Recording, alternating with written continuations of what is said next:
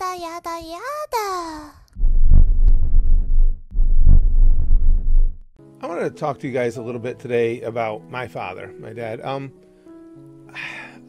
The subject has come up here or there, like in live streams and stuff, but I've never really had any type of real in-depth conversation with you guys about my dad, and it's not anything I've avoided. It's just something that didn't come up, and as I think about it, there is definitely some significant things I can share with you guys as far as maybe life advice when it comes to my relationship with my dad. Now, don't get me wrong, my dad was by all accounts a good guy, and there are no stories of child abuse or anything like that with my father. I mean, did I get whippings? Yeah, I'd get my ass beat if I did something wrong, but I got whippings, not beatings. There's a difference, and I just happen to be the type of kid that, you know, all children are different. Like Brax, he never got a spanking in his life because you didn't need to. If you were disappointed with him, if you scolded him, that was enough. He felt terrible about it, and he would never do it again. I wasn't that kid. I didn't care. You yell at me all you want. I don't really care. There had to be some sort of significant punishment coming my way for me to think twice about doing the bad thing. So all I'm trying to say is it's not that type of relationship, nor those types of concerns. My dad, as I said, being a good guy, would very much espouse being all about family, taking care of family, and having that strong work ethic and, you know, getting things done and being a stand-up guy and doing the right things. And as a child, and through all my younger years, I looked up to my dad. You know, you idolize him. And so that's a good thing to a certain degree for a child to feel that way about a parent. It can be a bad thing when that prohibits you from seeing the sides of their character and the way they conduct themselves that may not be so wonderful, may not be something that you want to that was mimic and imitate put together. Imitate. That's something that you want to mimic. My dad talked a lot about, you know, it's all about family, taking care of the family and having a work ethic, and he had none. My father went through jobs left and right over the years, never held a job for any significant length of time. He'd get a job. He got some really good jobs. I remember him working at a local General Electric plant, which a lot of people in this region got great retirements from, made good wages. He only lasted there a few weeks. He would always find a reason that the job just didn't fit. You know, find a reason to quit. He went for many years working as a salesman, and he went into that field because the sales he did were strictly on commission. So he was on his own time. You know, he didn't have to show up at an office. So more often than not, he just wouldn't go out and work for the day anyway. So towards that end, we never had much when I was younger. And that's not, listen, a lot of people go through that. A lot of people struggle to make ends meet. But it was largely because my dad didn't put a lot of effort, despite what he said about being all about family, into trying to make things better for us. Now, for many, many years, I didn't even look at that. It was just like, that's my dad. Aww. And you just completely gloss over or don't want to pay attention to the things that they do that are not something, once again, that you want to have in your life. Fortunately for me, I had such a very distinct personality and have always wanted to do things my own way. I never cared if what I was doing, what I was thinking, how I was comporting myself would fit in. It didn't matter to me. I always did what I wanted to do for me. For instance, my dad was very given to addictions. He smoked 3 packs of cigarettes a day for his whole life. He was so addicted to coffee, he would drink it all day long. Not a morning cup of coffee. Whenever he left the house, he had to have, I'm serious, had to have a thermos of coffee with him. Me, on the other hand, I hate addictions. If I feel like I'm getting, and it's not because of him, it's not because of the things my dad did, it's just, you know, it's not like I saw them and was like, oh, that's not going to happen to me. It was more of, I just don't like that feeling. I've told you guys before, years ago, I was playing horses a lot, gambling on horses. When it dawned on me that it was almost like I feel like I have to play them, I stopped. And It was just because I don't want to have anything that has control over me. I don't want that in my life.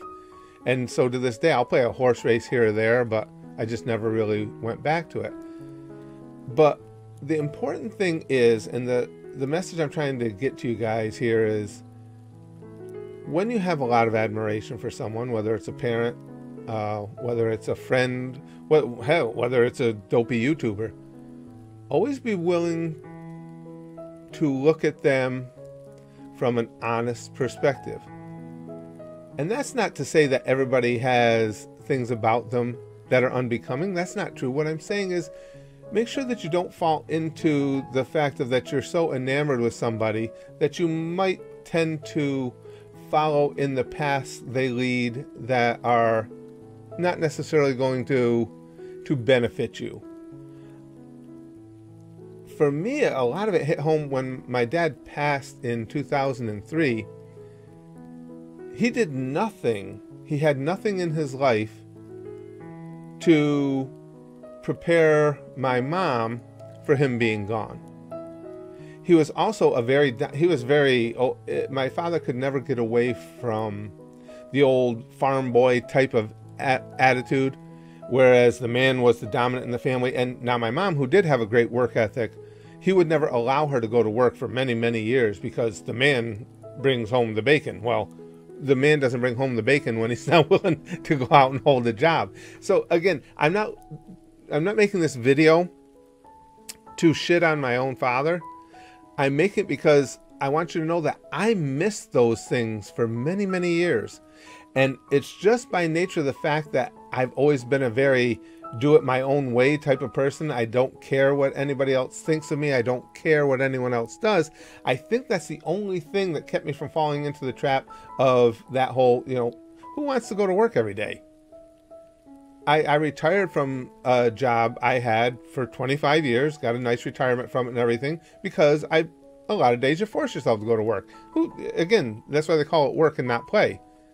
But I could have easily fallen into the trap of not having that kind of work ethic. I could have easily fallen into the trap of being given towards getting addicted to anything I found pleasurable. And I'm just very, very fortunate that I didn't.